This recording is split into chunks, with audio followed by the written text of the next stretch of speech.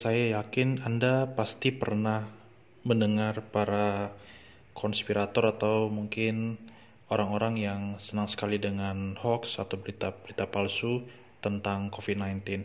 Jadi mereka itu tidak percaya dengan COVID-19 sehingga juga mereka sering mencari-cari opini-opini pendukung supaya menyatakan bahwa COVID-19 ini sebenarnya konspirasi.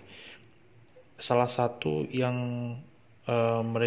membuat mereka yakin bahwa COVID-19 ini sebenarnya tidak ada, mereka mengatakan atau menyatakan bahwa gelandangan itu atau yang tunawisma di pinggir jalan itu tidak ada yang kena COVID. Akan kita bahas hari ini. Apakah benar gelandangan yang di pinggir jalan atau yang tunawisma itu memang tidak kena COVID atau tidak? Ini sering menjadi pendapat atau opini para pecinta hoax atau berita palsu. Mereka bilang kalau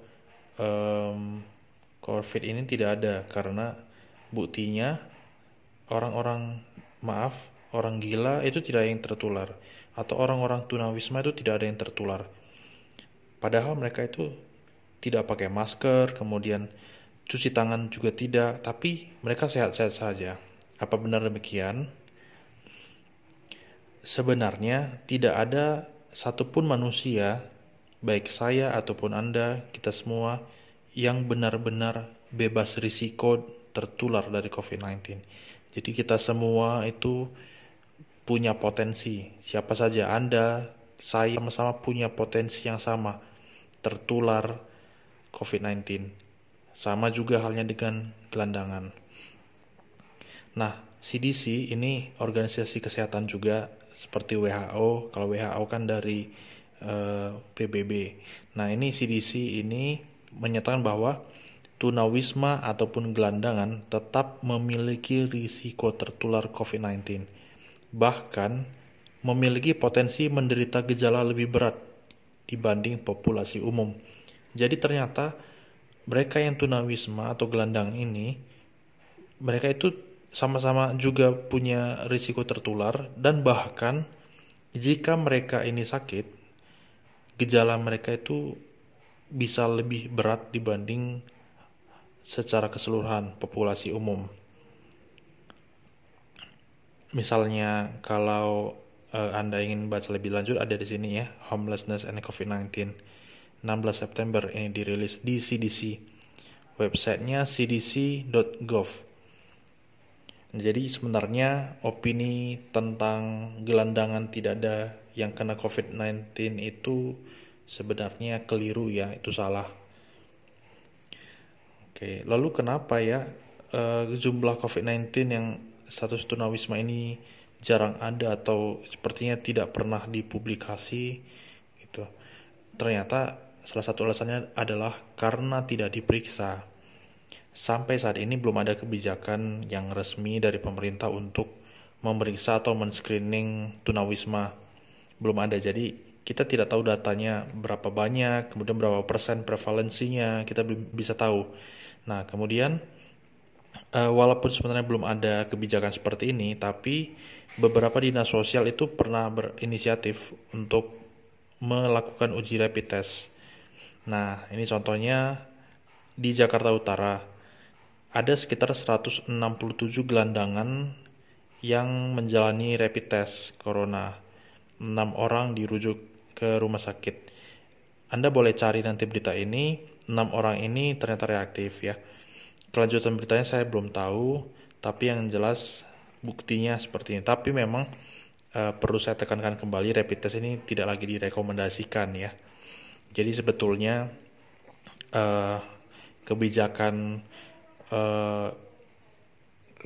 untuk terbang dengan syarat rapid test ataupun syarat masuk kerja dengan rapid test, menurut saya itu perlu dikoreksi kembali. Kemudian faktanya ini ternyata tentang pemeriksaan pada tunawisma pernah dilakukan di Seattle, Boston, San Francisco, dan Atlanta. Dari total 1.192 orang yang diperiksa, ternyata seperempatnya atau 25% itu positif COVID-19. Nah, artinya apa? Tunawisma itu juga ada yang menderita COVID-19.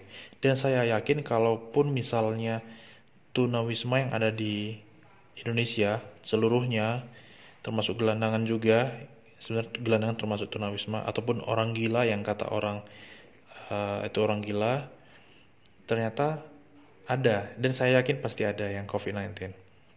Hanya saja belum ada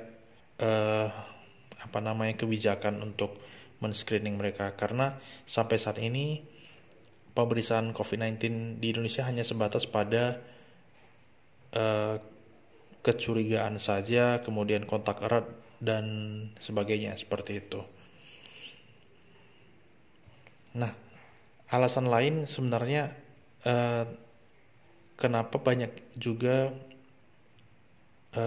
para tunawisma ini tidak sakit COVID, karena mereka physical distancing. Mereka menerapkan physical distancing. Tanpa disadari mereka menerapkan ini, dan orang-orang di sekitarnya juga pastinya menjaga jarak dari tunawisma. Dan kita sudah tahu bahwa jaga jarak termasuk salah satu protokol kesehatan selain mencuci tangan dan juga memakai masker. Kesimpulannya apa?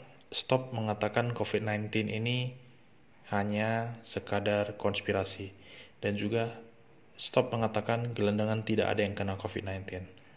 Oke, dari penjelasan ini kita belajar bahwa kita perlu kritis dengan informasi-informasi yang ada di internet. Kita tidak boleh mudah sekali termakan hoax dan berita-berita palsu. Mungkin sekian dari penjelasan saya. Jika ada pertanyaan, silakan ditinggalkan di kolom chat. Terima kasih.